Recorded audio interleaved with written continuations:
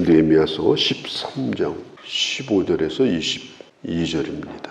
느헤미야가 예루살렘을 12년을 다스리다가 다시 페르시아로 돌아갑니다. 느헤미야는 매우 슬픈 소식을 듣습니다. 이뤄놓았던 개혁이 다시 물거품이 되었다. 그런 소식을 들어요. 느헤미야서 1장에 보면 예루살렘 성벽이 다 무너지고 황폐하게 되었다는 소식을 듣고 느헤미야가 통곡하며 눈물을 흘립니다. 그 후 12년에 그는 또다시 소식을 들어요. 성벽은 그대로이지만 그 안에 살고 있는 자들이 다 무너져 버렸다. 느헤미야는 다시 또 슬퍼하면서 왕의 허락을 받고 다시 예루살렘으로 돌아옵니다. 1년 만에 돌아오는 겁니다. 에스라를 통하여서 하나님의 말씀을 듣고 모든 백성들의 지도자들, 백성들이 도장을 찍고 맹세를 했어요. 그런데 얼마 되지 않아 가지고 그들은 그것을 스스로 무너뜨리고 말았습니다. 느헤미야가 와서 첫 번째로 한 일이 뭐냐? 성전을 회복하는 겁니다. 11조를 내겠다, 거제물을 내겠다, 성전세를 다 내겠다 하던 사람들이 전부 약속을 안 지켰어요. 성전 창고는 다 비어갑니다. 유지가 안 되니까 레위 사람들과 제사장이 먹고 살기 위해서 성전을 다 떠나갑니다. 대제사장이라고 하는 사람이 도비야라고 하는 이 사람은 악당이거든요. 하나님하고 상관이 없는 사람이에요. 사돈을 맺어가지고 그를 성전의 방으로 끌어들여요. 넓은 사무실 하나 차려주고 언제든지 거기 와서 거할 수 있도록 그렇게 만들어준 거예요. 느헤미야는 경악하고 충격을 받았습니다. 당장 도비야를 쫓아냅니다. 그 외에 도비야 외에 섞여 들어온 자들을 전부 다 가려서 추방을 시킵니다. 백성들에게 다시 11조 해라. 11조는 제사장의 몫입니다. 그렇게 해야 제사장들이 일을 하잖아요.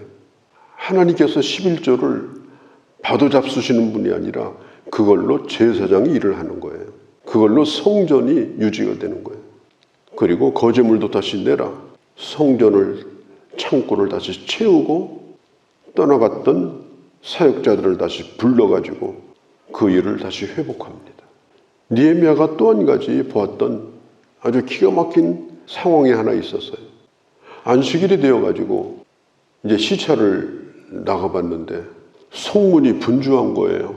뭐 고기가 왔다 갔다 하고 뭐 각종 과일이 왔다 갔다 하고 거기다가 이스라엘 백성들뿐 아니라 외지 사람들까지 안식일 날 성문을 드나들면서 장사를 하고 있었어요.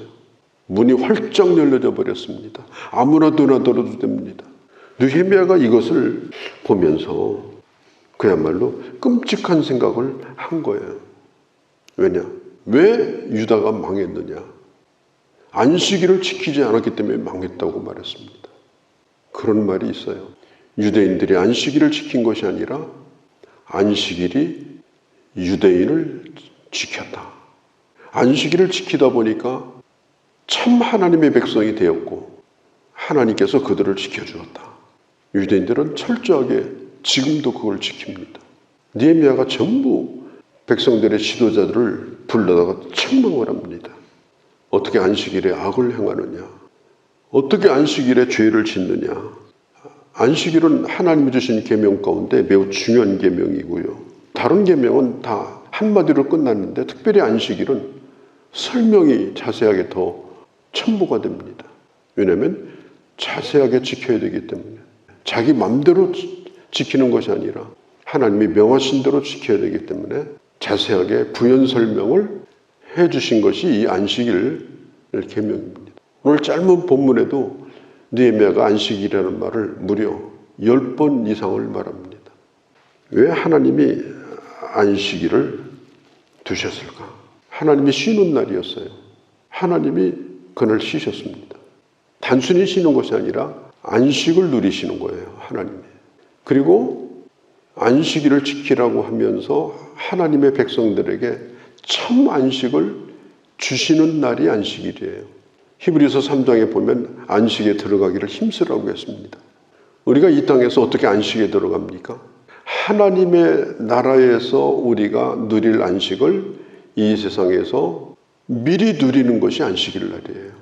안식일 날 안식을 누리지 못하면 그 사람은 하나님의 사람이 아니에요. 천국에 가서 안식을 누릴 소망도 없는 사람이에요. 그래서 이 안식일이 중요한 겁니다. 또 한 가지는 이 안식일이라고 하는 것은 예배의 날입니다. 하나님을 높이는 날이에요. 하나님을 높이는 최고의 행위가 예배입니다. 우리를 위해서 행하신 그 하나님의 일, 하나님의 역사를 높여드리면서 기리면서 하나님 앞에 영광을 돌리는 것이 예배입니다. 안식일은 철저히 하나님을 높이는 날이에요. 그런데 내가 높임을 받고 내가 주가 되고 내 위주로 안식일을 지낸다고 하는 것 자체가 하나님의 명예를 더럽히는 행위입니다. 내가 하나님의 참 백성이 됐다. 나는 하나님을 예배하는 하나님의 사람이 됐다고 하는 표지가 안식일 날 주님을 예배하는 겁니다. 그게 없으면 그 사람은 하나님의 사람인지 아닌지 그건 알 길이 없는 오리무중에 지금 빠져 있는 사람이에요. 오늘날 교회 나오다가 교회 안 나오는 사람들이 많이 늘어났어요. 찾아가서 물어보면 예수는 믿는데요. 근데 예배는 귀찮아서 안 드리고 집에서 입을 쓰고 믿는데요. 하나님의 사람인지 아닌지 그건 알 길이 없는 오리무중에 빠진 사람들이에요. 그런 시간이 오래가면 그건 하나님의 사람이 아닙니다. 빨리 예배 자리로 돌아와야 됩니다. 하나님의 백성들이 함께 하나님을 높이는 자리에 있어야 되는 겁니다. 예배가 필요 없다면 왜 성전이 세워진 겁니까? 예배가 필요 없다면 왜 제사가 7가지 제사가 하나님이 제정해 두신 겁니까? 모여서 주님을 예배하는 것, 그게 바로 하나님의 백성의 기본적인 표지입니다. 오늘 느헤미야가 날이 어두웠을 때 금요일 저녁부터 이제 안식일이 시작이 되니까 해가 지자마자 벌써 야간 작업하는 거예요. 야시장이 열리고 기가 막힌 일이에요. 이걸 보면서 느헤미야가 하는 얘기가 있습니다. 축복의 날이 재앙의 날이 되었다. 하나님이 왜 그들에게 재앙을 내려야 하는지 분명한 협의가 생겼다. 벌을 받으려면 협의가 있어야 되잖아요. 분명한 근거가 생겼다. 그것이 뭐냐? 안식일을 어긴 것이다. 18절에 보면 하나님의 진노가 바로 네 눈앞에 와 있다. 느헤미야는 이것을 몹시 두려워합니다. 미래가 없다는 거예요. 이 백성에게는 미래가 없다. 안식일을 어기면 결론은 절망적인 거다. 느헤미야는 이것에 대하여 엄청나게 두려움에 빠지게 됩니다. 어떻게 해야 될까? 급한 대로 자기의 부하들을 시켜가지고 성문을 다 닫아버립니다. 아무 짐도 나가거나 들어오지 못하게 해요. 밤 어두울 때부터 장사하려고 성벽 밖에서 진을 치고 있던 이방인들이 또 있었어요. 성벽에서 다 물러가라고 성 바깥에 있는 사람들도 다 쫓아내버렸습니다. 느헤미야의 기도가 나옵니다. 그것이 바로 13장 22절의 기도입니다. 느헤미야는 하나님 앞에 기도하기를 하나님 나를 기억해달라. 그리고 나를 생각하시고 우리 백성들을 보호해달라. 복을 베풀어달라. 이 느헤미야의 기도는 자화자찬이 아니에요. 지금 극도의 두려움에 빠져서 기도하는 거예요. 하나님, 제가 할 수 있는 일을 다 해봤습니다. 그런데 1년 만에 허물어졌습니다.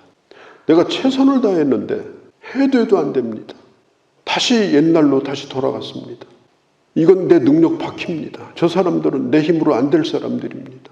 도장 찍고 혈서를 쓰고 그래도 또다시 돌아갑니다. 하나님, 내가 최선을 다한 것 주님이 아시지 않습니까? 내가 게을러서 이런 일이 생긴 게 아닙니다. 제가 자리만 비우면 이런 일이 생깁니다. 도대체 이걸 어떻게 하면 좋겠습니까? 다른 거 몰라도 내가 했던 최선에 대해서 하나님 아시지 않습니까? 그리고 인간의 연약함, 인간의 결심의 연약함, 사람이 얼마나 잘 변하는가 주님이 보시지 않았습니까? 만일 주님이 불쌍히 여기지 아니하신다면 우리 백성은 또 한 번 망할 겁니다. 하나님이 긍휼히 여겨주시지 않는다면 우리는 소망이 없습니다. 우리에게 은혜를 베풀어 달라고, 우리를 아껴달라고, 버리지 말고 아껴달라고 느헤미야가 절실한 마음으로 기도하는 거예요. 잘했다고 기도하는 게 아니에요.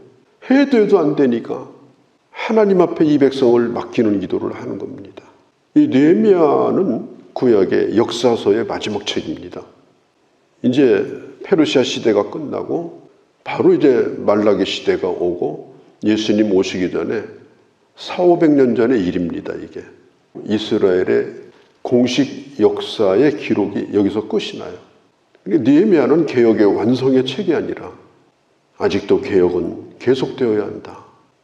이것을 우리에게 심어주는 책이 바로 느헤미야서라는 책입니다. 이거 뭔가 문제가 있다 이럴 때 그가 했던 일이 기본으로 돌아가는 거였어요. 기본으로 돌아가라. 일단 기본으로 돌아가야 됩니다. 그 기본이 뭐냐? 오늘 느헤미야가 한 일은 두 가지입니다. 11조를 해라. 11조를 안 했기 때문에 성전이 지금 망해가고 있다. 저는 오늘 대부분의 교회도 그렇다고 생각합니다. 아무리 성도가 적어도 성도들이 100% 11조만 하면 교회는 얼마든지 선교도 하고 또 사회적으로 선교적 사명도 감당할 수가 있습니다. 그 일을 하지 않기 때문에 마땅히 하나님이 교회를 세우시고 하셔야 될 일에 대하여 결국은 중지가 된 상태에서 머물러 있는 거예요. 현상주지하는 교회로. 이건 매우 중대한 책임입니다. 이 기본으로 돌아가야 됩니다. 두 번째, 예배의 날을 거룩히 지켜야 됩니다.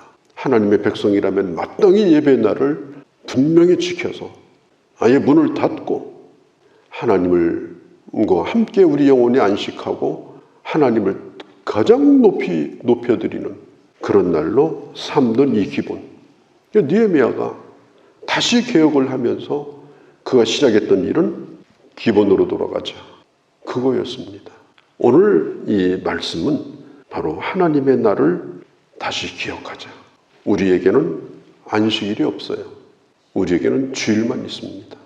그러나 그리고 거기에 안식일의 주인 되신 예수 그리스도가 바로 안식일에 바로 부활하신 우리 주님이기 때문에 우리는 주님이 부활하신 날 주님을 예배하는 겁니다. 이건 율법이 아니라 초대교회 때부터 베드로 때부터 지금까지 교회가 지켜온 그런 매우 중요한 전통입니다. 복된 자로 살아가는 것은 뭔가? 하나님의 사람의 기본을 하고 사는 게 뭔가?